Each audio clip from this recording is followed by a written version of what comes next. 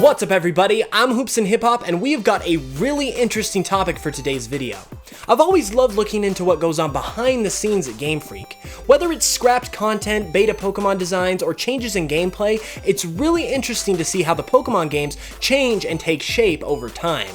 However, today we are going to be talking about entire Pokemon games altogether that never happened.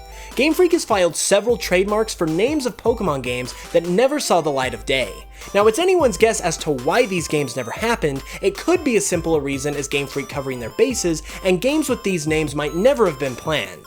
However, since we know so little, it's a likelier reason as any that a few of these games might have actually been planned for release. So in this video, we're going to be taking a look at 10 trademarks for Pokemon games that were never released, and try and speculate what these games might have been like, and if some of them might have actually been planned to happen. The first one we're going to talk about is probably the most well-known trademark, Pokemon Delta Emerald. Now I'm bringing this one up first because this patent can actually tell us a lot about all of the other patents. So each one of these patents has an application number, and at the beginning of each number is a year. Since the Delta Emerald trademark is still so new, most of us can probably remember that 2014 was indeed the year that this trademark was filed, as it was the same year that Omega Ruby and Alpha Sapphire were released. Because of this, we can also know the years of all of the other trademarks that were filed. Anyway, even though Delta Emerald seems like it could have been pretty cool, I don't think this game was ever planned to actually happen. We already have the Delta episode in Oraz, which already contains the Rayquaza-focused story elements that would have been in Delta Emerald, so this trademark was most likely filed simply to prevent someone else from using that name. Now we get to move on to the lesser known and more interesting trademarks. There were 3 trademarks filed in 2002 for games known as Pokemon Topaz, Tourmaline, and Moonstone.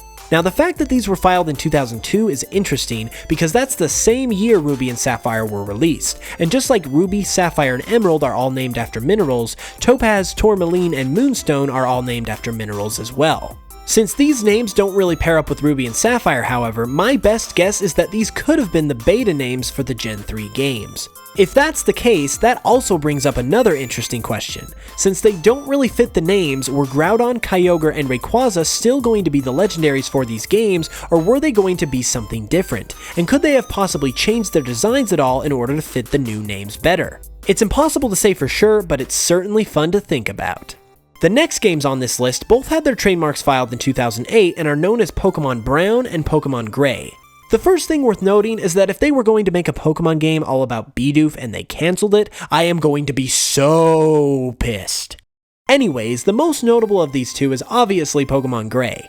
This was a game that was likely going to happen as the follow-up to Black and White before Game Freak decided to surprise everyone with Black and White 2.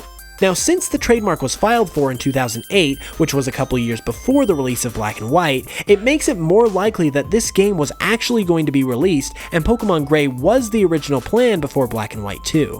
Now, what they were planning for Brown is a little harder to pinpoint because it doesn't quite fit any other existing games, but my best guess is that it was just another possible name for the follow-up game to Black and White. It's possible Brown was a beta name, then they changed it to Gray, and then obviously to Black and White 2.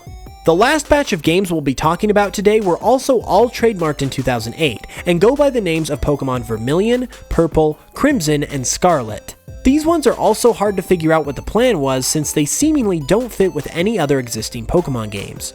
The most likely thing that I can think of is that these could have possibly been beta names for Fire Red, since aside from Purple they're all named after different shades of red. However, there's a problem with this idea since these trademarks were filed for in 2008, several years after Fire Red was released. My other idea is that these could have been really early ideas for names of one of the versions of Black and White.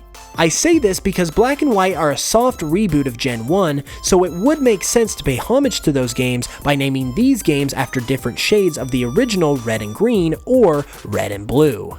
And there you have it, those were 10 Pokemon games that were never released.